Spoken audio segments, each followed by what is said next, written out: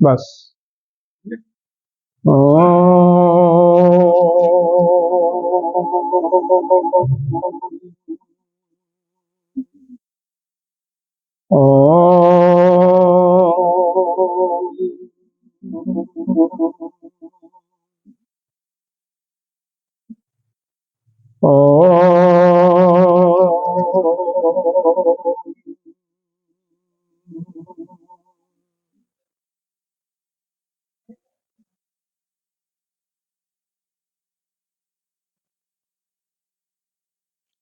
ॐ पार्थाय प्रतिबोधितां भगवता नारायणेन स्वयं व्यासेन ग्रथितां पुराणमुनिना मध्ये महाभारतम् अद्वैतामृतवर्षिणीं भगवतीम् अष्टादशाध्यायिनीम् अम्ब त्वाम् अनुसन्दधामि भगवद्गीते भवद्वेषणि।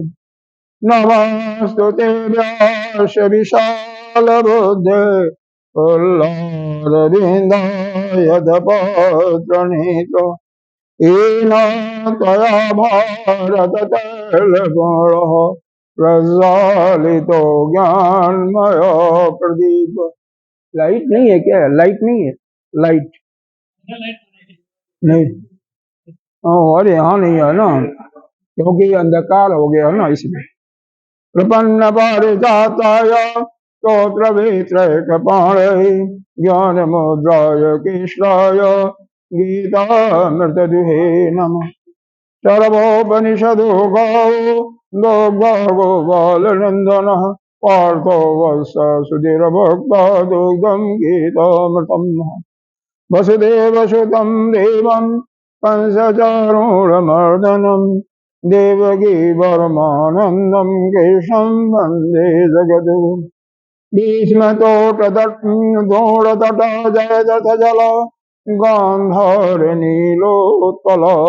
शैलग्राहवती कृपेण वहनी करणेन नीलोत्पल अस्वस्थामविकर्णघोरमकरा दुर्योधनावर्तिनि चोपेन खलु पाण्डैरणनदीकवर्तकः केशव पराशरवच सरोजममलं गीतार्थगन्धोत्कटम् नानाख्यानककेशरं हरिकथा सम्बोधनबोधितम्। लोके सज्जन शतपदैरहरः क्रीड्यमानं मुदा भूयाद् पंकजं कलिमले प्रध्वंसि न श्रेयसि। मोघं करोति वाचालं पङ्गुलङ्घयति गिरिं यत्कृपातमहं वन्दे परमानन्दमाधवम्। यं ब्रह्मा वरुणेन्द्रो ब्रह्मरुतः स्तुवन्ति दिव्यैः अस्त्वयि वेदैः साङ्गपदक्रमोपनिषदैः गायन्ति यमसामगो ज्ञानावस्थिततद्गतेन मनसा पश्यन्ति यमयोगिनो याशान्तं न विदुषुरसुरगण देवाय तस्मै नमः। देवाय तस्मै नमः। ॐ सहनावतु सहनो भुनक्तु सह वीर्यं करवावहि तेजस्विनावधीतमस्तु मा विद्विषावहि। ॐ शान्तिः शान्तिः शान्तिः।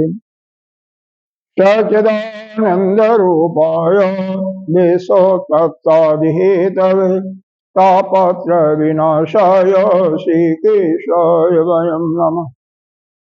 नारायणं नमस्कृत्य नरं चैव नरोत्तमं देवीं सरस्वती व्यासं ततो जयमुदीरयेत्। अखण्डमण्डलाकारं व्याप्तं येन चराचरं पदपदं दर्शितं येन तस्मै श्रीगुरवे नमः। अज्ञानतिमिरान्धस्य ज्ञानाञ्जनशलाकया चक्षुरन्मीलितं येन तस्मै श्रीगुरवे नमः। गुरुर्ब्रह्मा गुरुर्विष्णु गुरुर्देवो महेश्वर गुरुः साक्षात् परं ब्रह्म तस्मै श्रीगुरवे नमः।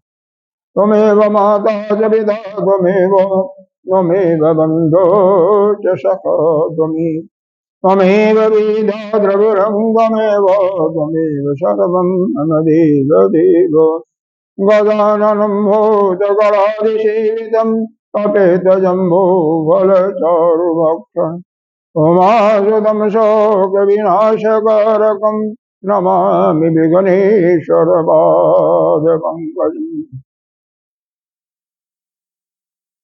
अनंत श्री विभूषित श्री पंचायती महानिर्वाणी अखाड़ा के अग्रणी श्रोतीय ब्रह्मनिष्ठ महामंडलेश्वर एवं उत्तर प्रदेश समाज के अध्यक्ष श्री गुरुदेव भगवान के चरणों में कोटि कोटि वंदन। राजगुरु इस आश्रम के पीठाधीश्वर महानिर्वाणी अखाड़ा के आचार्य श्रोतीय ब्रह्मनिष्ठ श्री विश्वकानंद भारती जी के चरणों में कोटि कोटि वंदन। यहाँ के प्राण प्रतिष्ठित पंचदेवों को भूरी भूरी वंदन। मातृशक्ति भक्तजन सभी के अंतःकरण में विराजमान आत्मस्वरूप में उस ब्रह्म को प्रणाम करते हैं। आज का दिन बहुत ही श्रेष्ठ दिन है। साल में कुछ दिन ऐसे आते हैं। इसी दिन 15 अगस्त 1947, आज 15 अगस्त ही है ना, 1947 को हमारा देश स्वतंत्र हुआ था, जो अंग्रेजों के 300-400 सालों से गुलामी कर रहा था। हमारे इस स्वतंत्रता संग्राम में अनेकों वीर शहीद हुए। उन शहीदों के स्मृति में हम चाहते हैं कि 2 मिनट शांत रहें और उस परमात्मा से प्रार्थना करें कि उनके जीवन को सर्वश्रेष्ठ गति प्रदान करें।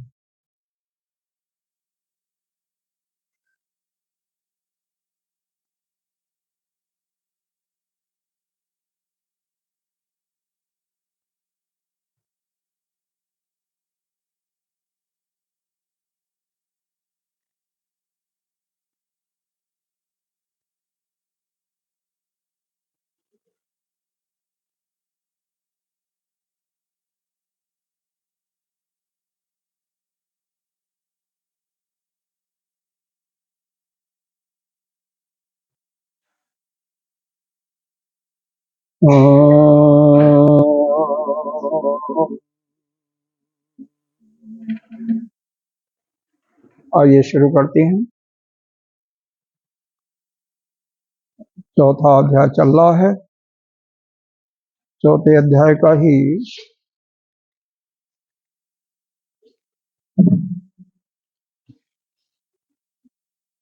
29वें श्लोक से आगे पढ़ते हैं।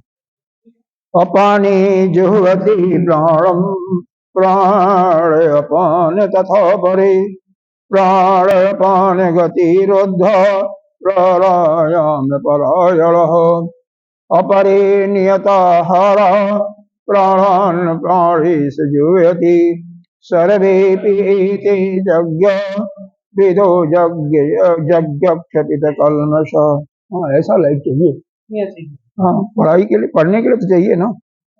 यज्ञ श्रेष्ठा मृत भुजो जानती ब्रह्म सनातनम न अयम लोको वस्त यज्ञस्य कुतो अन्य कुरु सत्यम।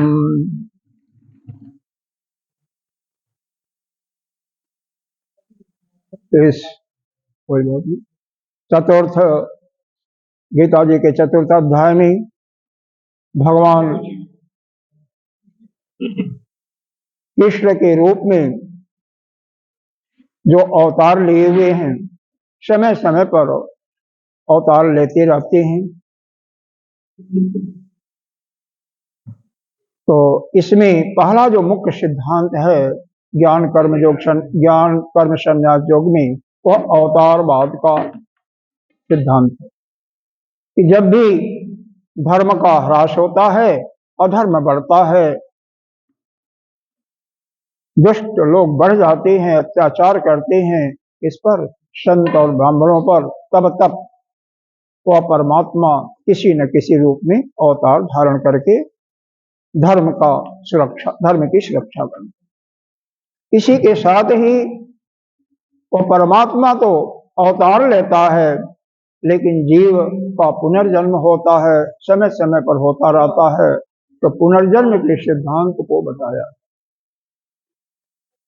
तीसरा मुख्य सिद्धांत इसमें वर्ण व्यवस्था के, चतुर वर्ण व्यवस्था के ऊपर भगवान ने बताया कि गुण और कर्म के आधार पर सृष्टि के आरंभ में ही हमने चातुर्वर्ण की स्थापना की थी।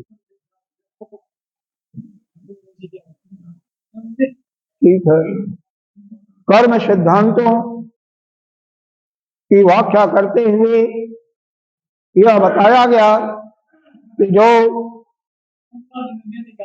साधक कर्म में ही अकर्म को देखता है और अकर्म में ही कर्म को देखता है, ऐसी तत्व दृष्टि जिसके पास आ जाती है वही ज्ञानी है।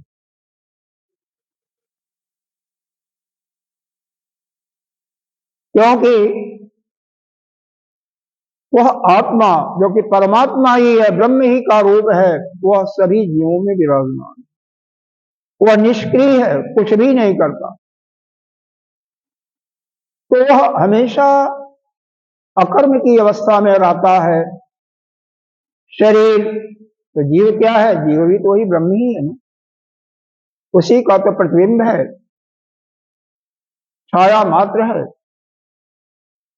चिदाभास है, कुछ भी कहिए, नहीं तो जीवात्मा कह सकते हैं। आप भी तो कुछ नहीं करते, न मरते हैं न जन्मते हैं। यह तो शरीर का मरण होता है, शरीर कर्म करता है। शरीर के अंदर जो इंद्रियां हैं, प्राण है, मन बुद्धि चित्त अहंकार है, यही कर्म करता है। यदि आप इसको अपना कर्म नहीं मानते हैं तो कर्म में अकर्म को देखते हैं। इस सिद्धांत को अच्छी तरह से अपने अंदर समाहित करें और अपने अंदर साक्षी भाव से विराजमान रहते हुए सृष्टि को देखते जाइए। जो कुछ हो रहा है वह स्वप्न जैसा ही हो रहा है, जैसे आपको स्वप्न अवस्था में स्वप्न दिखाई देता है। इसका मतलब आप अकर्मिक कर्म को देखते। इसके बाद भगवान ने 12 प्रकार के यज्ञों का वर्णन किया। एक एक करके 12 प्रकार के यज्ञों को बताया गया। किसी को किसी यज्ञ में संदेह है तो बताइए, पूछ सकते हैं प्रश्न, क्योंकि कल से इस पर चर्चा नहीं होगी, कल आगे बढ़ेंगे ना, इसी में तो नहीं रहेंगे ना। पहला यज्ञ बताया गया वह ज्ञानियों के लिए जो तत्व को जानने वाले हैं, जो कर्म में अकर्म को देखते हैं, अकर्म में कर्म को देखते हैं, वह उनके लिए पूरी सृष्टि ब्रह्म में है। तो ब्रह्म की समाधि, ब्रह्म ही उनके लिए समिधा है, ब्रह्म ही साकल्य है, ब्रह्म ही श्रुवा है, ब्रह्म ही अग्नि है। कर्ता ब्रह्म के रूप में होते हुए उस ब्रह्म को ब्रह्म में ही हवन देते हैं। ये ऐसे तत्वविदों की बात है। दूसरा यज्ञ बताया, किसी भी प्रकार किसी भी देवता की जो यज्ञ करते हैं उनकी प्रसन्नता के लिए, उनसे कुछ प्राप्त करने के लिए, वह सकाम यज्ञ कहलाता है। लेकिन वह देवता प्रसन्न होकर के जो चाहते हैं वह तो उनको मिल जाता है। वही साधक जब उस देवता का बिना किसी इच्छा के, बिना किसी कामना के जब यज्ञ करता है तो उसका अंतःकरण शुद्ध होता है और वही यज्ञ के रूप में माना जाता है। क्योंकि यज्ञ का तात्पर्य है कि त्याग भावना, जहां कहीं भी आप त्याग करते हैं वही यज्ञ है। केवल समिधा को अग्नि में देना ही नहीं, साकल्य को अग्नि में देना ही नहीं, बल्कि त्याग ही दैव यज्ञ है, त्याग ही यज्ञ। यदि आप बैठ करके सत्संग शुरू करें तो यदि त्याग है, क्योंकि आपने त्याग किया है। एक अतिथि को भोजन खिला रहे हैं, वो भी त्याग है, वो भी यज्ञ हो गया। तो जहां भी त्याग है, त्याग भावना, एक मित्र अपने मित्र के लिए कुछ कुर्बानी दे रहा है, वो भी उसका त्याग है, त्याग। तीसरा यज्ञ बताया ब्रह्म यज्ञ। ब्रह्म यज्ञ में यह सोपाधिक जो जीव रूप में है, यह अपने एक एक अवयवों को उस ब्रह्म के रूप में उसी में अर्पण करना, उसी में हवन करना, आहुति देना। जैसे एक एक इंद्रिय को ले लीजिए, एक एक इंद्रियों को उसमें आहुति देता है, फिर मन, बुद्धि, चित्त, अहंकार, कर्ता, भोक्तृ भाव सबको उसमें आहुति दे करके स्वयं नित्य शुद्ध बुद्ध मुक्त वह आत्मा स्वरूप, वह ब्रह्म ही बन जाता है। इसको बताया, यह श्रेष्ठतम यज्ञों में से आता है ब्रह्म यज्ञ। चौथा यज्ञ बताया क्या? अपनी जो ज्ञान इंद्रियां हैं, सभी ज्ञान इंद्रियों को उन पर संयम करना, उनको अपने वश में करना। जब चाहे तब सुनो, जब चाहे तब मत सुनो, जब चाहिए जिसको चाहिए देखिए, जिसको ना चाहिए न देखिए। इसको बताया संयम इंद्रिय। पांचवा बताया, पांचवा या चौथा गणते रहिएगा, जो इस इंद्रिय जो बताया, इंद्रिय यज्ञ जो इंद्रियों के विषय हैं, उन विषयों को जितना आवश्यक है उनको ग्रहण करना। यह वैसे ये जो चार्वाक मत है, लोकायत मत है, उसके अंदर आता है, जो कि मोक्ष को नहीं मानते हैं, ब्रह्म को नहीं मानते हैं, किसी देवी देवता को नहीं मानते हैं। वह केवल यह कहते हैं मोक्ष का तात्पर्य कि सुख पूर्वक रहो, यावत जीवेत घृतम पीवेत, मतलब जब तक जियो घी पियो, चाहे कर्जा लेना पड़े, चाहे कैसे भी मस्त रहे, मरने के बाद कौन देखता है। उनका तो यही मानना, मरने के बाद फिर जन्म नहीं होता है। यह दूसरा समुदाय जो मुस्लिम है, यह भी मरने के बाद पुनर्जन्म को नहीं मानता। लेकिन यह तो आपको अनेक घटनाएं ऐसी बताई जाती हैं कि जन्मने के बाद, शरीर के मरने के बाद वो जीव का पुनर्जन्म होता है, जैसा कि भगवान ने ही गीता जी ने बताया है कि मैं भी कई बार आया, तुम भी कई बार आए। अंतर यही है कि परमात्मा जब आता है तो अपने पिछले सारे जो कर्म किए वो सबको जानता है एक एक, और जीव जब आता है तो सब कुछ भूल जाता है। बहुत अच्छी चीज है। अगर आप पीछे की घटनाओं को न भूलो तो पागल हो जाओगे। भाई इसी जन्म में जितना किए हो, जो पहले घटनाएं हुई हैं, एक एक करके भूलती जाती हैं। जो नहीं भूलता वही डिप्रेशन का शिकार होता है। ब्लड प्रेशर वगैरह उसी को बढ़ता है, होता है जो चिंता करता रहता पीछे की घटनाओं को लेकर। हाँ, जो मस्त रहता है, जो हुआ सो हुआ, वर्तमान में रहता है, वही सुखी है, और जो आज सुखी है वो भविष्य में भी सुखी है। इसीलिए हमेशा भूत की न चिंता करो, भूत के विषय में मत सोचो, वर्तमान में रहो और भविष्य की चिंता मत करो। इसके बाद अगला यज्ञ भगवान ने यहां पर बताया कि सभी इंद्रियों को, सभी कर्म इंद्रियों को भी प्राण के साथ में आत्म संयम योग के माध्यम से, मतलब उन पर अपना विजय प्राप्त करके सभी इंद्रियों के विषयों को, इंद्रियों को उसी में आहुति दे दो। इसको कहते हैं आत्म संयम योग।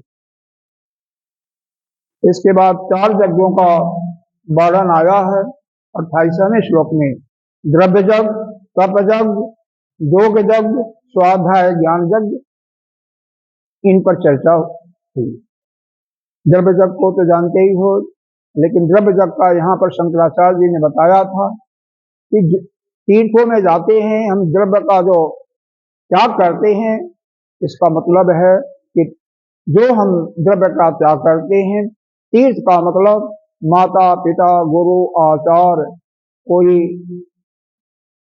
शरीर से असक्षम है, नहीं वह अपना जीव का सुचारू रूप से कर पाता, ऐसे लोगों को गाय का सेवा है, यह सब माना गया, यह द्रव्य यज्ञ के अंतर्गत इनको माना गया तीर्थ। भगवान के जितने भी मंदिर हैं उनको भी तीर्थ माना गया, न कि केवल हरिद्वार, वाराणसी और केदारनाथ, बद्रीनाथ आदि को। यहाँ पर जो शंकराचार्य जी ने भाष्य लिखा। इसके बाद तप यज्ञ, तप यज्ञ कई तपस्या भी करते हैं जंगलों में। अब वो तो सिस्टम नहीं रहा, वो तो प्रथा समाप्त हो गई क्योंकि जंगल ही नहीं है। फिर भी घर में ही बैठ करके जो अपने ध्यान में मस्त है, स्वाध्यायी कर रहा है, वो सब तप यज्ञ के रूप में जाप ही कर रहा है, वो सब तप यज्ञ के अंदर है। योग यज्ञ का मतलब जिसके चित्त में कोई भी वृत्ति नहीं पैदा होती, यानी वृत्तियों का निरोध, योग चित्त वृत्ति निरोध, यह पातंजलि जी योग दर्शन जिन्होंने लिखा उनका वाक्य है, उनका श्लोक है। दूसरा ही श्लोक है समाधिपाद का कि योग चित्त वृत्ति निरोध। योग जो है चित्त वृत्तियों का निरोध ही है। अपनी जो वृत्तियां हमेशा उड़ती हैं उन पर विजय प्राप्त कर लेना। कुछ संत कहते हैं विजय नहीं होगा तो उनको डाइवर्ट कर लो, परमात्मा में लगा दो।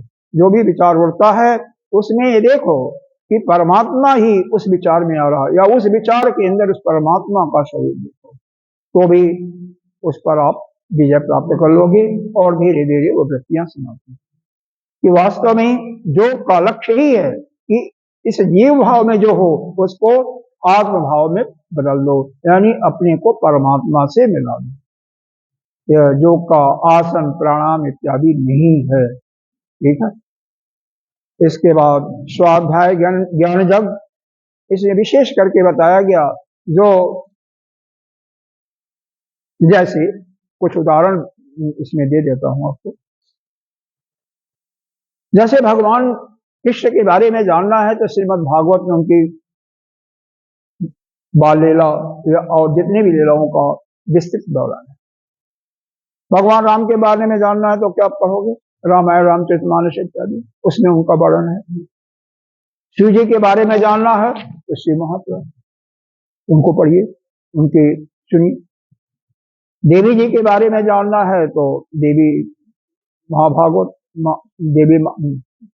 देवी महाभागवत उसको पढ़िए। इसी प्रकार से अगर यज्ञ के बारे में जानना है तो सारे यज्ञ ब्रह्मा के मुख से ही, क्योंकि भगवान के मुख से ही तो वेद बने हैं, तो उन विद्वानों के अंदर ही द्वारा, ब्रह्मा के द्वारा ही उस जो कि जिसके संकलन करता कौन है, वैपायन ऋषि यानी वेदव्यास जी, जो चार प्रकार के वेदों में उनको सबको डाल दिया।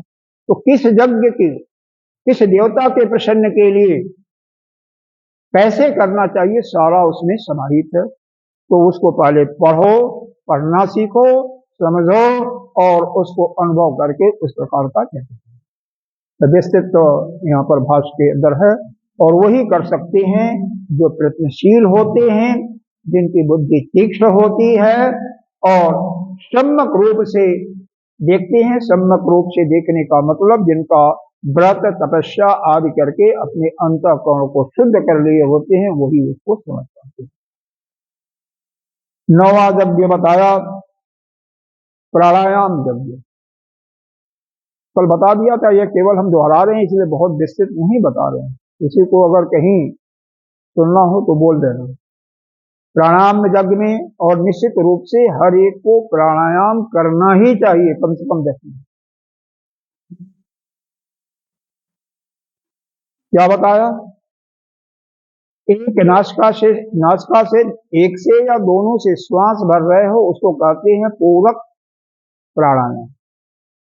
उसमें प्राण जो है आता है अंदर, और वह प्राण वायु अपान वायु में मिल जाती है, और वही अपान वायु जिसका निवास स्थान नाभि के नीचे है, वह ऊपर उड़ती हुई जब बाहर जाती है तो सारे शरीर की गंदगी उस वायु के माध्यम से निकल जाती है। उसको कहते हैं रेचक प्राणायाम। और जब सांस भर करके या सांस को निष्कासित करके आप तीनों बंदों को लगा करके रुक जाते हो, यानी इस सांस का अवरोध कर देते हो, तो उसको कहते हैं कुंभक। तीन बंद कौन कौन है? पहला है मूल बंद, जिसमें मलद्वार और जनेंद्रीय मूल को ऊपर की तरफ संकोचित करना होता है, जिससे वायु जो है नीचे की तरफ न जाए। दूसरा है उद्यान बंद, जिसमें नाभि को अधिक से अधिक पीठ की तरफ इसको संकोचित करते हैं। और तीसरा है जालंधर बंद, जिसमें थोड़ी को नीचे की तरफ प्रेषित करते हैं, लेकिन क्रमशः पहला बंद लगाओ, फिर दूसरा बंद, फिर तीसरा। यह जो जालंधर बंद है, इससे आपका थायराइड पैराथाइड ग्रंथियां स्वस्थ होती है। जिनको थायराइड की समस्या होती है, ज्यादा महिलाओं में बहुत ज्यादा होती है, उनको इस बंद को लगाना ही चाहिए।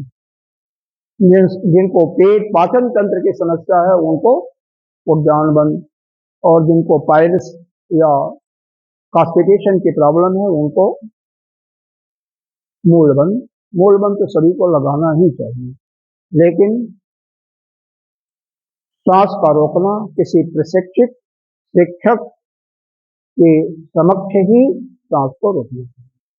अगर सांस बाहर करके रोकते हैं तो उसको कहते हैं वायुकुंभक, सांस अंदर करके रोकते हैं तो उसको कहते हैं आंतरिक कुंभक। इतना बताया जाए तो कम से कम सांस लो, धीरे धीरे लो और पूरा सांस भरो, फिर हल्का सा मूल बंद लगा करके रुक करके फिर श्वास को धीरे धीरे ही पूरा श्वास बाहर करो, अधिक से अधिक, फिर लो और भरो।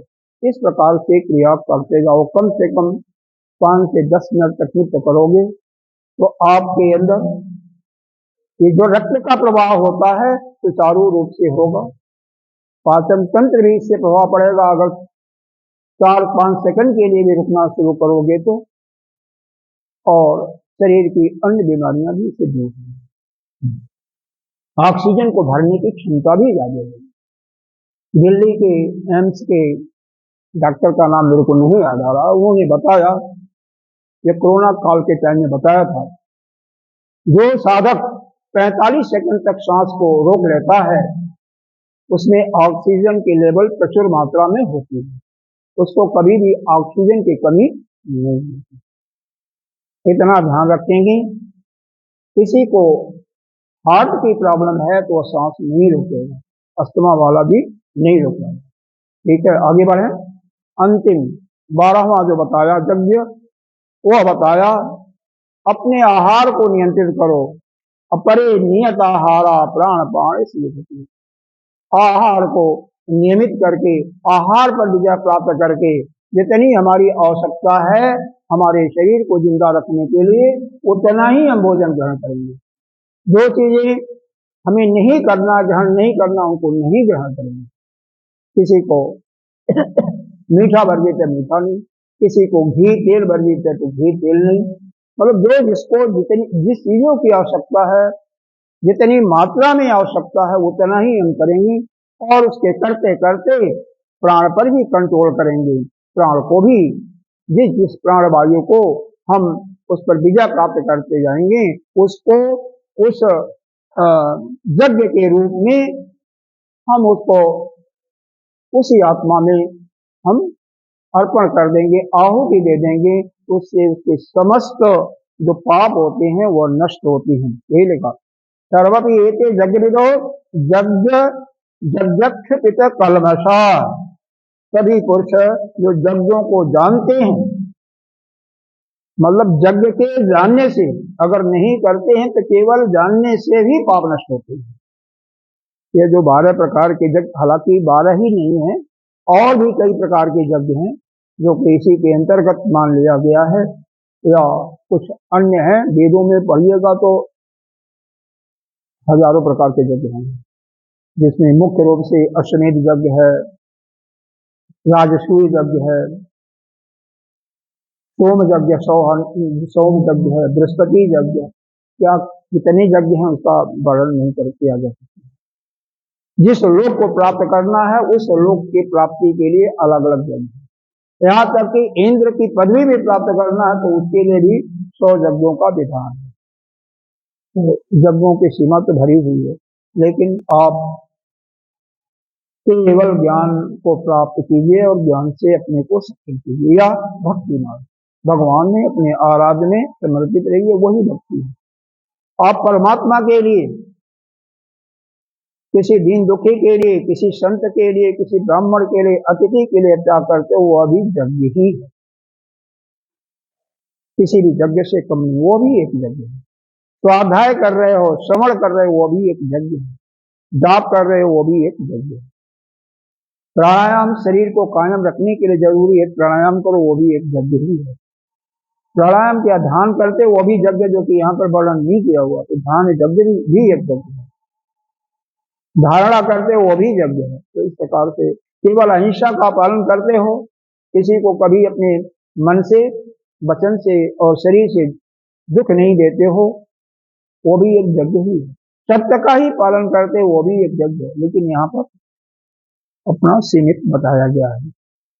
अब आइए, इस यज्ञों को करने से क्या फल मिलता है उसके बारे में कुछ 3 श्लोकों पर चर्चा करेंगे। यार क्या है, या जितना संभव होगा।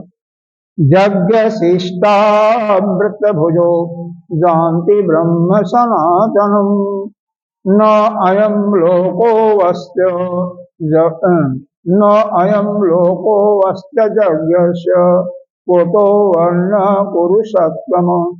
कहते हैं यज्ञ श्रेष्ठ क्या, इसको समझो।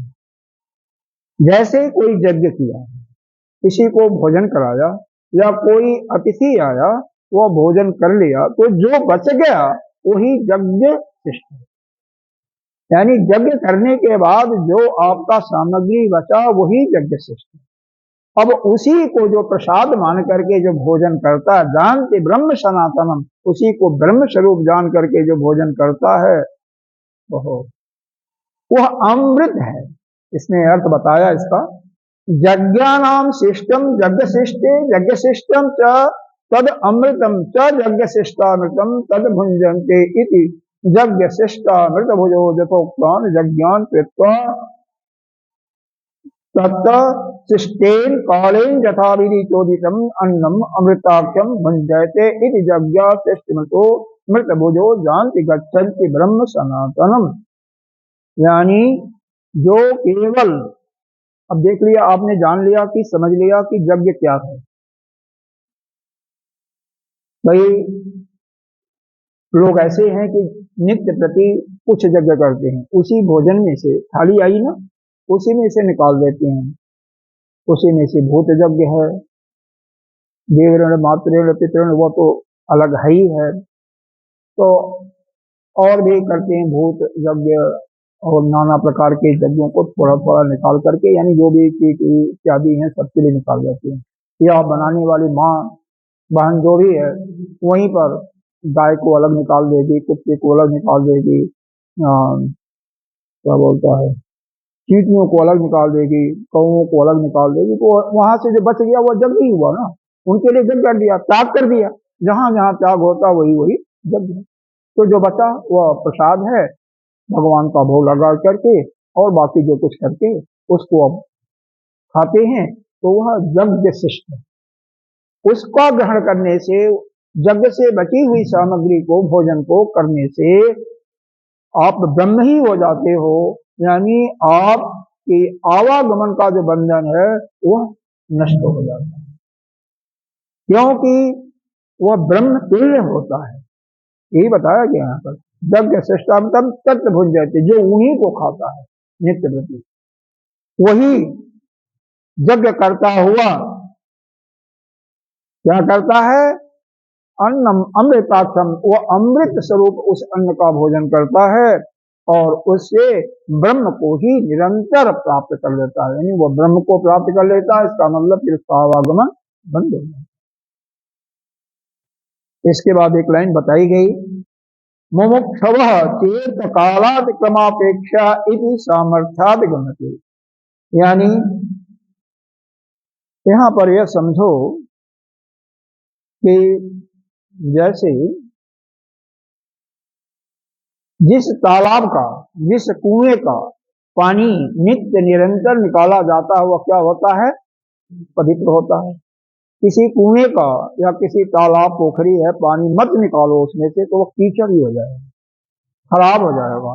और जिससे कुछ न कुछ पानी नित्य प्रति निकलता रहता है, जैसे नदी, नदी का स्वभाव ये नित्य निरंतर पानी जाते हुए समुद्र में मिलता जाता है या दूसरे नदी में मिल करके समुद्र मिलता है और दूसरा पानी आता जाता है। तो यह पानी जहां पर प्रवाह चलता रहता है नित्य निरंतर, वह पानी शुद्ध होता है।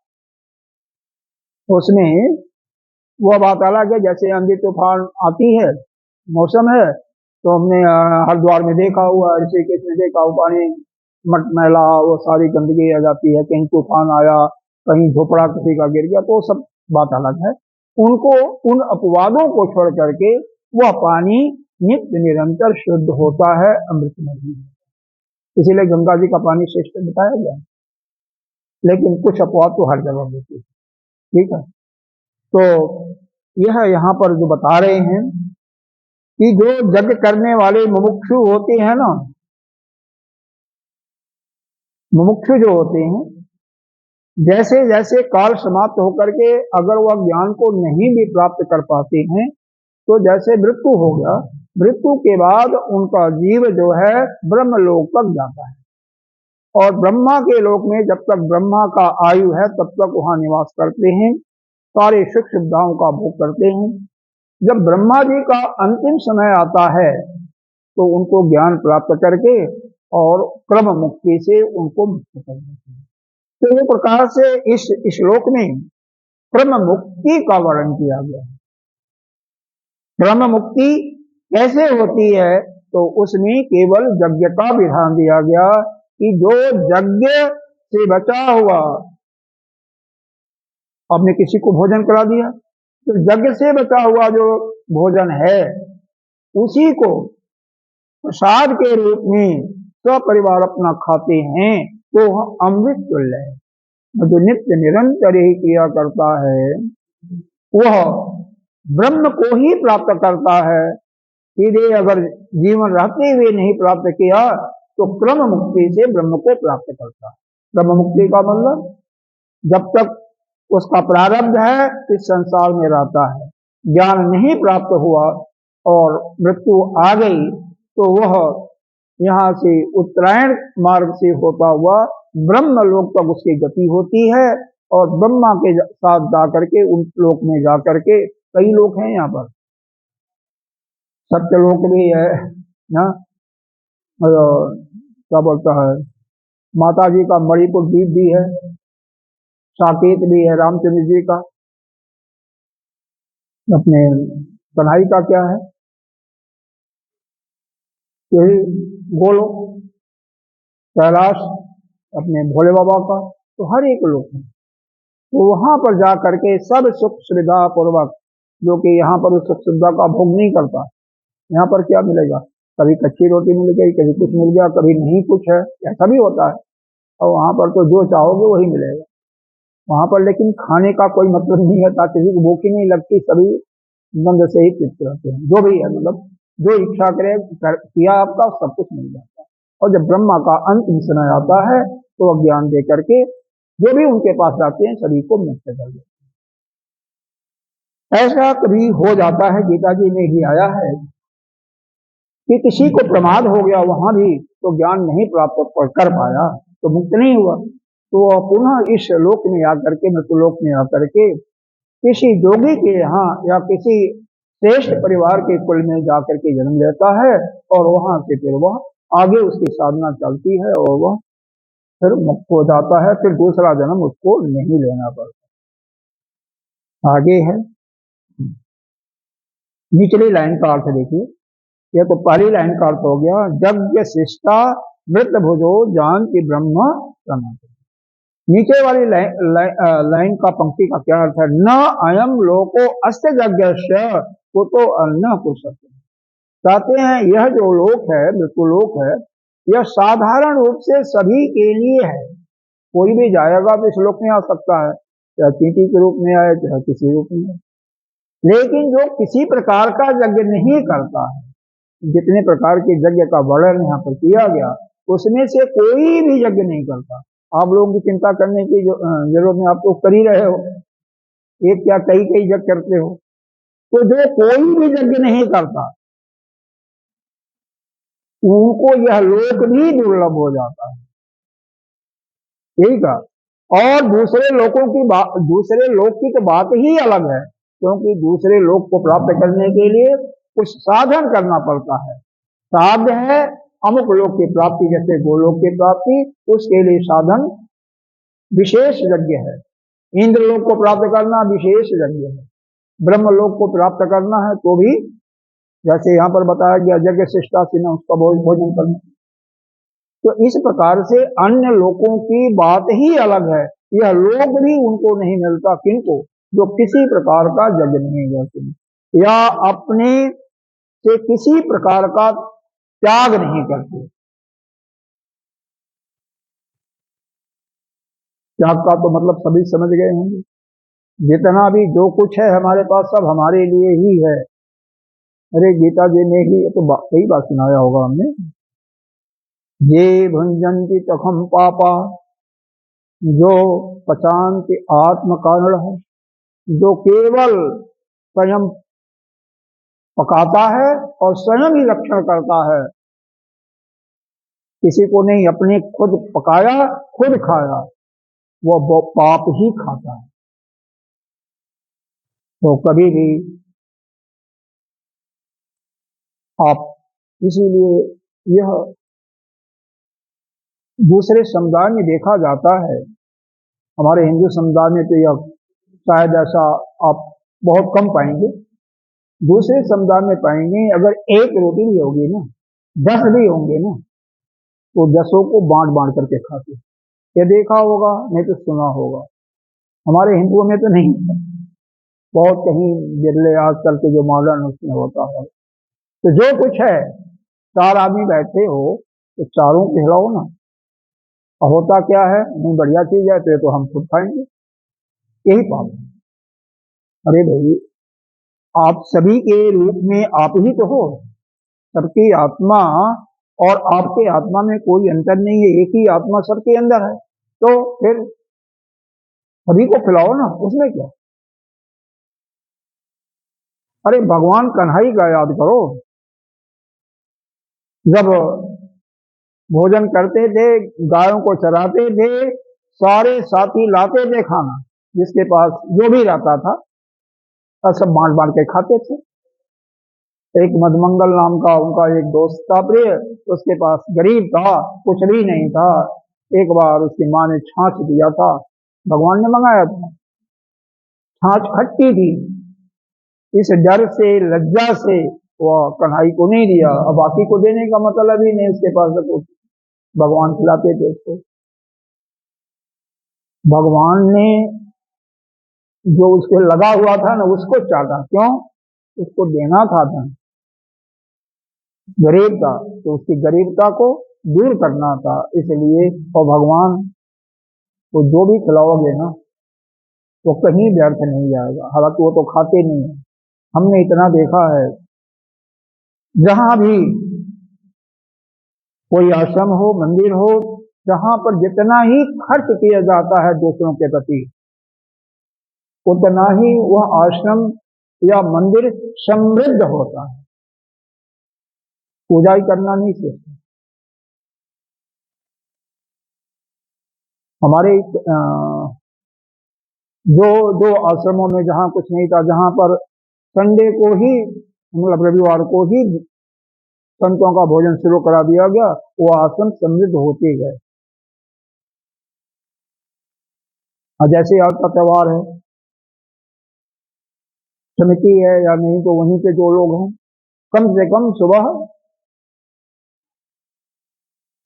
जरूर बनाएंगे, आधे घंटे 1 घंटे कुछ विश्राम विश्राम, जैसे स्कूलों में होता है, आजकल तो कार्यालयों में भी होता है। ये बहुत जरूरी है, क्योंकि त्याग किया जाएगा। त्याग करने का यह नहीं है कि केवल गृहस्थ करें और सन्यासी न करें, सन्यासी बल्कि बहुत ज्यादा करते हैं। जब भी आश्रम में पैसे ज्यादा आते हैं तो 10% सबको खर्च करना होता है, तो वहां पर कम से कम कभी 500 का, कभी 100 को, कभी 200 को संतों को बुला करके भोजन कराया जाता है, उनको दक्षिणा यथा अनुसार दिया जाता है, सब होता है। तो जो जितना ही करेगा उतना ही वो खुशहाल रहेगा, सीधी सी बात है। अब इसके बाद अगले श्लोक में क्या बताते हैं, एवं बहुविधा यज्ञ वितता ब्राह्मणो मुखे कर्म जान विद्धि तान सर्वान् एवं ज्ञात्वा विमोक्ष्यसे। इस प्रकार से ब्रह्मा जी के द्वारा वेद में नाना प्रकार के यज्ञों का वर्णन किया गया, जो जिसका विस्तार जो है वेद में है। एक शब्द आया यहाँ पर कर्मजान। कर्मजान का मतलब यहाँ पर बताया गया कायिक, वाचिक, आप लोग उधर से इधर हो सकते हो क्योंकि बौछार आ रहा है, मासिक, कायिक, वाचिक, मानसिक उद्भवान विद्धि तान सर्वान अनात्मजान निर्व्यापारो ही आत्मा।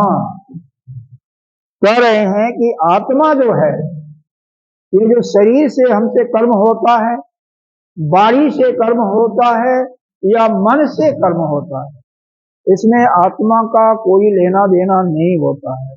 आत्मा के अंदर तो कोई व्यापार नहीं होता है, वो तो निष्क्रिय है। तो यह समझो कि आपके शरीर से हो रहा है, वाणी से बोल रहे हो, वहां से कर्म हो रहा है, मन के अंदर से कर्म हो रहा है, लेकिन आप तो निर्द्वंद बैठे हो, आपके अंदर तो कोई व्यापार नहीं हो रहा। आ गया है ना, उसको तो कोई रूप ही नहीं है, धेनु चले सुना ही धेनु पाना। तो इस प्रकार से वह आत्मा तो बिल्कुल हमेशा क्या है, किसी भी काम से निर्लिप्त रहता है। तो कर्मजान उसको कहते हैं जो भी हमारे शरीर से ही नहीं बल्कि मन या वाणी से काम होता है, सभी को जो हम कर्म करते रहते हैं उसी को कर्मजान कहते हैं। और इसमें एक शब्द आया कि अनात्मजान, किसी से यानी उसका आत्मा से कोई तात्पर्य नहीं होता, क्योंकि आत्मा तो निष्क्रिय है, वो तो कोई कर्म न करता है और न कुछ भोगता है। तो यह जो भी कर्म होते हैं ये शरीर में ही होते हैं, मन बुद्धि में ही होते हैं। अगर आप इसको अपना मानते हो तो आप बंध जाते हो, और इसको आप अपना नहीं मानते हो तो आप निर्लिप्त रहते हो। तो आगे देखिए, अतएवं ज्ञात्वा विमोक्ष से, इसका अर्थ बताया अस्वभाव न मद व्यापारा इमे निर्व्यापार अहम उदासीन इति एवं ज्ञात्वा अस्मात् सम्यक दर्शनात् मुक्ति संसार बद्धान। जो यह जानता है कि जो भी यह व्यापार हो रहा है वो मेरे अंदर नहीं हो रहा है, यह तो जो शरीर है उसी चीज को समझो रिपीट किया हुआ है, मन बुद्धि चित्त अहंकार में हो रहा है, मैं तो हमेशा साक्षी हूं हर एक चीजों का। तो कहते हैं वही मुक्त हो जाता है केवल यह जानने मात्र से, ज्ञान मात्र से कि जो भी आपके शरीर के द्वारा कर्म हो रहा है, वाणी से हो रहा, अच्छा बुरा जो कुछ बोल रहे हो, लेकिन आप अपने अंतःकरण में समझ रहे हो कि यह मैं नहीं कर रहा हूं, यह शरीर कर रहा है, वाणी कर रही है, यह मन ऐसा कर रहा है।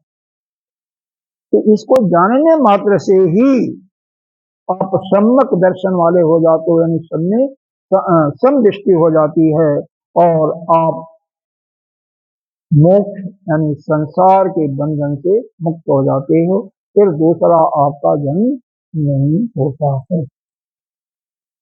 एक शब्द आया है ब्रह्म अर्पणम, पहले आया है, उसी का यहाँ पर व्याख्यान कर रहे हैं। इति आदि श्लोकेन सम्यक दर्शनम यज्ञक्तम संपादितम यज्ञाच अनेके उपदिष्टा तई सिद्ध पुरुषात् रोजनी ज्ञानम वस्तुते कथम। ब्रह्म अर्पणम तो 24वें मंत्र में आया है, ब्रह्म अर्पणम ब्रह्मवि ब्रह्मणो ब्रह्मणे होते। तो वहां पर कह रहे हैं उस ज्ञान को यज्ञ रूप से निरूपण किया गया। फिर बहुत से यज्ञों का वर्णन किया गया जो 12-13 प्रकार के बताए गए। अब पुरुष का जो प्रयोजन है, जो उद्देश्य इन यज्ञों के माध्यम से सिद्ध होता है, उस उपरोक्त यज्ञों की अपेक्षा ज्ञान यज्ञ जो है सभी से श्रेष्ठ। मतलब ज्ञान यज्ञ श्रेष्ठ है, बाकी यज्ञ श्रेष्ठ नहीं है। इसका कारण बताया कि जो द्रव्य यज्ञ है या जो अन्य यज्ञ है उसमें कुछ करना होता है। अरे आप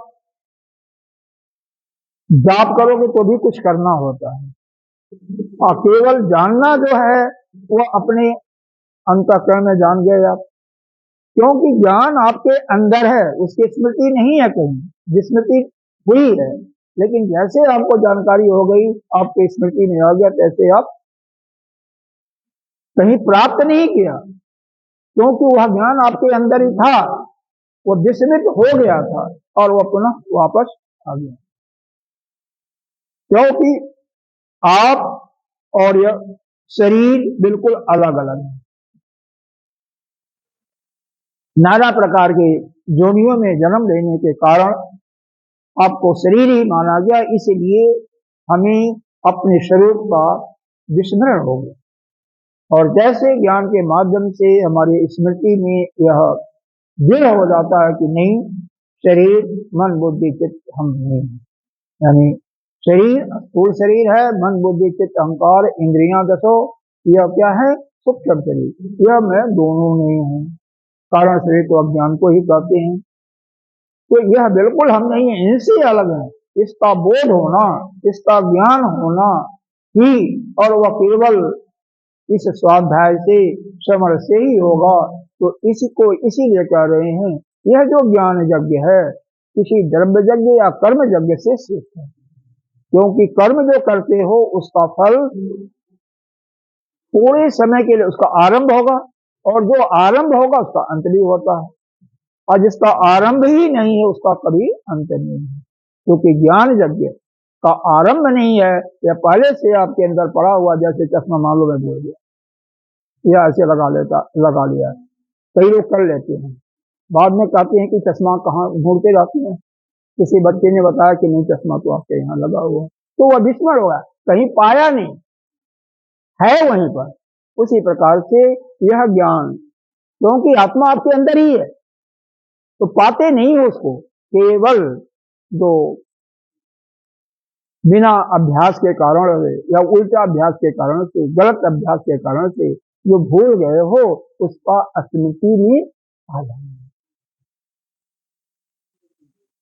यही चिंतन। इसीलिए 4 आपके वेद हैं, चारों वेदों में 4 महामंत्र दिए हुए हैं, उसमें से किसी एक महावाक्य का स्मरण करते रहो, चिंतन करते रहो। ऋग्वेद का है प्रज्ञानम ब्रह्म, ज्ञान ही ब्रह्म है। यजुर्वेद का है अहम ब्रह्मास्मि। सामवेद का है तत्त्वमसि। अथर्ववेद का है अयम आत्मा ब्रह्म, हमारी आत्मा ही ब्रह्म। किसी प्रकार से चिंतन करो, बारंबार अभ्यास करो, उसी से आपका कल्याण है। अब एक श्लोक और पढ़ लेते हैं, फिर यह फलश्रुति समाप्त हो जाएगी। श्रेयः द्रव्यम जज्ञात ज्ञान यज्ञ परम तपः सर्वं कर्म अखिलम पार्थ ज्ञाने परिसमाप्यते। कहते हैं द्रव्य यज्ञ के द्वारा जो यज्ञ किया जाता है, ज्ञान यज्ञ परम तप, हे अर्जुन हे परम तप, परम तप का मतलब बताया था ना आपको, जो अपने पराक्रम से सबको परास्त कर दे, या जिसको देखते ही लोग के अंदर एक भय उत्पन्न हो जाता है, उसको परंतप कहते हैं। तो हे अर्जुन, हे परंतप, यह जो द्रव्य यज्ञ है या जिसमें हम त्याग करके कर्म करके यज्ञ करते हैं, उनसे ज्ञान यज्ञ श्रेष्ठ है, जो आपको अभी बताया था। क्यों? सर्वम कर्म अखिलम, अखिल कहते हैं संपूर्ण, सभी संपूर्ण कर्म जो है, सब कर्म ज्ञाने परिसमाप्ति, ज्ञान में ही समाप्त हो जाता है। जितना भी कर्म करते हो, उस कर्म का फल जब मिलता है तो वह ज्ञान के अंदर ही समा जाता है। जिस प्रकार से आपका जब इस शरीर का निधन हो जाता है और ज्ञान अंदर हो गया कि मैं तो नित्य शुद्ध बुद्ध मुक्त ब्रह्म ही हूं, तो ये आपके पांचों प्राण कहीं जाते नहीं है, वो वहीं पर जो है अपने अपने पंचभूतों से बना हुआ सब कुछ पंचभूतों में जाकर के मिल जाते हैं। और ज्ञान होने से ही ये जो चिदाभास है, जो जीव भाव है, वो तो नष्ट हो गया, तो आप नित्य शुद्ध चैतन्य स्वरूप ब्रह्म ही रह जाते हैं। शरीर भी पंच महाभूतों का बना, तो अग्नि का तेज तेज में चला गया, अग्नि में, वायु वायु में, पानी पानी में, पृथ्वी पर वहीं पर हड्डी वगैरह वहीं रह जाती है, हड्डी ही पृथ्वी है। और आप जो जीव भाव है, कर्ता भोक्ता नष्ट हुआ, तो आप समाप्त है। आप नित्य शुद्ध बुद्ध मुक्त परमात्मा, उसका कोई रूप नहीं है, कोई आकार नहीं है, बस खत्म। तो यहाँ पर यही बताया गया, इसी का आप भाष्य में देखें। श्रेयान द्रव्यम यात द्रव्य साधन साध्यात यज्ञात ज्ञान यज्ञो हे परंतर, हे परंतर, हे अर्जुन, द्रव्य में यज्ञ की अपेक्षा ज्ञान यज्ञ या इस द्रव्य यज्ञ के द्वारा जो फल मिलता है, उस फल की अपेक्षा ज्ञान यज्ञ ही श्रेष्ठ है। श्रेष्ठ ही नहीं बल्कि श्रेष्ठतर लिखा हुआ, श्रेष्ठ से भी श्रेष्ठ। द्रव्यमयो ही यज्ञ फलस्य आरंभको ज्ञान यज्ञो न फलारंभक अतश्रेयान प्रशस्तर। यही बताया कि द्रव्य जब करते हो तो उसमें कर्म होता है, कर्म का फल में एक बार आरंभ होता है। जैसे बताया गया ना कि यह शरीर एक दिन पैदा होता है तो एक दिन मर जाता है, उसी प्रकार से जितना भी संसार में आप कर्म करते हो, चाहे शरीर से, मन से, वाणी से, उसका फल एक समय शुरू होगा तो एक समय नष्ट भी हो जाएगा। लेकिन यह ज्ञान एक बार दृढ़ता पूर्वक आपके अंदर आ गया तो वो कभी नष्ट नहीं होता, बस यही अंतर है। इसी के कारण से यह बताया गया सभी कर्म अंत में कर्मों का फल उसी ज्ञान में लिप्त होता है। कथम जाता, कैसे बताया गया, सर्व कर्म का मतलब समस्त, अखिलम और का अर्थ बताया गया अप्रतिबद्धम। अप्रतिबद्धम इसका मतलब समझो, अप्रतिबद्धम जिसका कोई प्रतिबंध नहीं है। जैसे मान लो गंगा जी चलती हैं, पहाड़ों से आ रही हैं, ऊंचा नीचा है, लेकिन वह रास्ता बना करके सीधे नहीं तो डाइवर्ट होकर के घूम फिर करके निकल जाती हैं, पतले नाले के रूप में निकल जाती हैं। तो उसी प्रकार से यह ज्ञान यज्ञ जो है प्रतिबद्ध नहीं, जब चला, जब आपके अंदर आ गया तो कभी नष्ट होने वाला नहीं है। और गंगा जी जो हाथ से चलती हैं, कहां से निकली मालूम है? नहीं, गोमुख से निकली। हाँ, गंगोत्री से 14-15 किलोमीटर और आगे है, जहाँ के वहां जाने के लिए उत्तर काशी से पहले पास बनवाना पड़ता है, और फिर उसके बाद आपका परीक्षा भी होता है डॉक्टरी से, मतलब विशेष करके हार्ट का रोगी, ब्लड प्रेशर का रोगी, अस्थमा के रोगी को नहीं अलाउ किया जाता है, क्योंकि वहां पर ठंडी इतनी होती है कि कुछ भी हो सकता है। इसलिए जानबूझ करके किसी को रिस्क नहीं दिया जाता है। गलती से कोई हो गया तो भाई उसकी बात तो अलग है, गलती तो सबसे होती है। वहां से निकले हैं, वहां निकलती है सिर्फ सोता छोटा सा होता है ना, मालूम नहीं होगा कि नदी का रूप होगा। अरे यमुना ऋषिकेश के आगे भी कई जगहों पर इतना पतली होती है नाली के रूप में कि मालूम होता है कि यह तो क्या है। तो वही जाकर के जैसे मैदान में आती हैं, क्या बन जाती हैं? विशाल का। उसी प्रकार से इसको भी, ज्ञान को भी अप्रतिबंध, मतलब कोई बंधन नहीं है, ऐसा है। जैसे ही आपके अंदर आया तो पूरा आपके अंदर ही प्रकाश हो जाएगा, प्रकाश फैल जाएगा।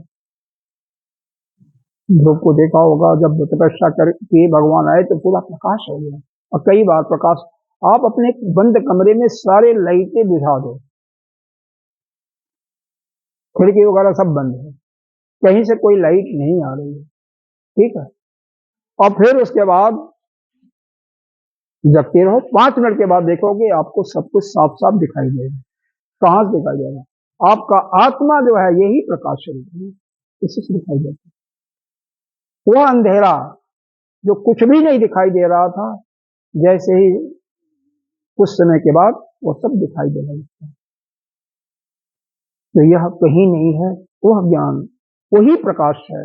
और उसी के आते जैसे ही आपके हृदय में अवतरित होता है, वैसे आपका तेज यह क्या पूरे ब्रह्मांड में फैल जाता है। क्योंकि आप तो स्वयं ब्रह्म हो गए ना, ब्रह्म का स्थान सीमित नहीं है ना, असीमित है। इसी के लिए बताया गया अप्रतिबंध, इस पर कोई बंधन नहीं है। जैसे गंगा जी का एक उदाहरण दिया गया, वहां से निकल करके जाके अनेकों जगह धक्का खाती हुई ऊंचा नीचा पहाड़ सबको काटते हुए कहा मिल जाती हैं? समुद्र। समुद्र में सारी नदियां मिलती हैं, चाहे किसी नदी में मिले फिर नदी मिले। उसी प्रकार से ये जितने भी कर्मों का फल है वो सभी आता हुआ बाद में उसी ज्ञान में लिप्त हो जाता है, उसी में समा जाता है। और जितने भी जीव हैं वो भी कहाँ जाते हैं? उसी तो हिरण गर्भ में जाते हैं ना, ब्रह्मा में समाप्त हैं सृष्टि के अंत के समय, और कहाँ जाएंगे? जिनका मोक्ष नहीं होता है वहीं पर जाते हैं, और बाद में जब सृष्टि पुनः होगी तो फिर उत्पन्न हो जाएंगे। एक आध लाइन शायद और बची है।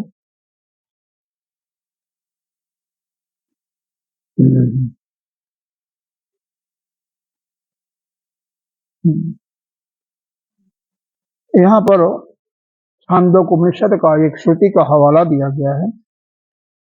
यथा कृताय विजिता धरेयाः संयत एवमेनं सर्वं तदरिषमेति यत् किं च प्रजा साधु कुर्वन्ति यः तद एतद् यस्य वेदः इति श्रुते। जैसे चौपड़ का खेल तो मेरे ख्याल से नहीं जानते होंगे, तो यहाँ पर 4 हमारे युग हैं, सतयुग त्रेता द्वापर कलयुग। सबसे श्रेष्ठ का है सतयुग है, इसको कहते हैं, उसको एक युग का और नाम दिया गया जिसको कहा गया कृतयुग भी। तो वह जब पत्ता उसका निकल जाता है तो सबसे श्रेष्ठ माना जाता है, मतलब वो विजयी हो जाता है। ताश जो देखे होंगे खेले होंगे, नहीं देखे होंगे, 4 प्रकार के होते हैं, एक चीड़ होता है, एक पान होता है, एक ईंट होता है, एक और होता है काला सा, पता नहीं पान जैसा ही होता है, क्या कहते हैं इसको। तो उसी में बादशाह भी होता है, रानी भी होती है, इक्का भी होता है। तो क्रमशः सब श्रेष्ठ होता है, इक्का सबसे श्रेष्ठ, उसके नीचे राजा रानी, इस प्रकार से इसी प्रकार से ये बताया गया यहाँ पर। जैसे यह चारों युग जो है चौपड़ जो खेलते हैं, तो जब कृतयुग नामक पत्ता यानी सतयुग नाम का पत्ता निकल आया या ताश में इक्का निकल आया, तो सभी वह उसका भी सारे जितने भी सबके पत्ते हैं सब हार गए, उसके समाहित हो जाते हैं। उसी प्रकार से यहाँ पर वह समाहित किया जाता है। उसी प्रकार से जो भी प्रजा अच्छा कर्म करती है वह सब कुछ उस जो वहां का राजा होता है उसी में समा जाता है। तो जितने भी कर्म हो रहे हैं संसार में, जो कर्म योग के मानने वाले हैं, कर्म करते रहते हैं, वह जग के फलस्वरूप जो फल मिलता है, जो श्रेष्ठ ज्ञानी होता है, सबका भोग उसी के अंदर अपने आप ही चला जाता है। जैसे चौपड़ का पत्ता या ताश का पत्ता, ये नहीं समझ में आया। जैसे मान लो ताश खेल रहे हो, तो जो पत्ता को श्रेष्ठ बताया गया वह मान लो आपने फेंका, तो सारे पत्ते उसके हो गए। उसी प्रकार से जितने भी आप कर्म करते हो, पुण्य कर्म करते हो, कोई श्रेष्ठ ज्ञानी होगा यहाँ पर राजा रैक की बात हो रही है, रैक के महात्मा है उनकी बात हो रही है, तो सारा उन प्रजा का किया हुआ जो अच्छा शुभ फल है उस राजा को चला जाता है। ये कहानी थोड़ी सी लंबी है, इसलिए इसको यहाँ पर समय भी हो गया, नेक्स्ट टाइम कभी आएगा बनाएंगे। ये समझो कर्म कोई कर रहा है, फल किसको मिलना चाहिए, लेकिन कोई वहीं पर श्रेष्ठ कर्म करने वाला तो उसका फल सब कुछ वो ले जाता है। प्रजा द्वारा ऐसा समझो, प्रजा जो करती है तो राजा अभी भी तो टैक्स लगता है, वो भी समझो कि बोल जाएगा, इनकम टैक्स, सेल टैक्स या लगता है ना, शायद आप लोग अभी गृहिणी के रूप में नहीं जानती होंगी, लेकिन जो भी कमाई कोई करता है, कई बार तो खरीदारी होती है उस पर भी टैक्स लगता है, वो राजा को जा रहा है ना, गवर्नमेंट मतलब राजा हुआ। पहले जब राजा का सिस्टम था तो प्रजा से जो भी उत्पन्न होता था उसका अंश तो किसको जाता था, राजा को जाता था। वही चीज बताया गया, जो श्रेष्ठ है, ताकतवर है, और जो कम ताकतवर है उसका उसके पास चला जाता है। इसी चीज को वर्णन किया गया है। इसीलिए ज्ञान यज्ञ जो है सभी यज्ञों से श्रेष्ठ है, इसलिए ज्ञान यज्ञ करो और इस पाप पुण्य के बंधन से निवृत्त हो जाओ। मतलब इस संसार के बंधन से यह भी न कर सको तो कम से कम आप नित्य प्रति प्रसाद के रूप में किसका, यज्ञ से बचा हुआ उसी को करना, कुछ नहीं है, बनाती उतनी रोटी बनानी है, उसी में हो जाएगा। यज्ञ भावना खिला दिया। ओम पूर्णमिदः पूर्णमिदं पूर्णात् पूर्णस्य मुच्यते पूर्णस्य पूर्णमादाय पूर्णमेवावशिष्यते। ओम शांति शांति शांति शांति। इसको बंद करना, क्या नाम है इसका, तो बेटा नाम बता दो, फिर याद रहेगा ना। इसको बंद करो और बस